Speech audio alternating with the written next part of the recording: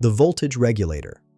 Linear interactive calculator helps engineers analyze power dissipation, thermal management, and performance characteristics of linear voltage regulators. The calculator has a drop-down menu for calculation mode with 6 options: power dissipation and efficiency, heat sink requirements, dropout voltage analysis, maximum load current, thermal derating, and ripple rejection. For this demo, I'm using power dissipation and efficiency mode. The input fields include input voltage VIN, output voltage VOUT, load current in milliamps, and quiescent current in milliamps.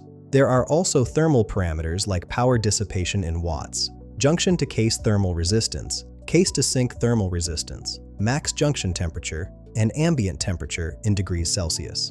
Let's work through an example. With an input voltage of 12 volts, output voltage of 5 volts, load current of 500 milliamps, and quiescent current of 5 milliamps, the calculator determines the power dissipated by the regulator, the efficiency percentage, total power consumption, and output power delivered to your load.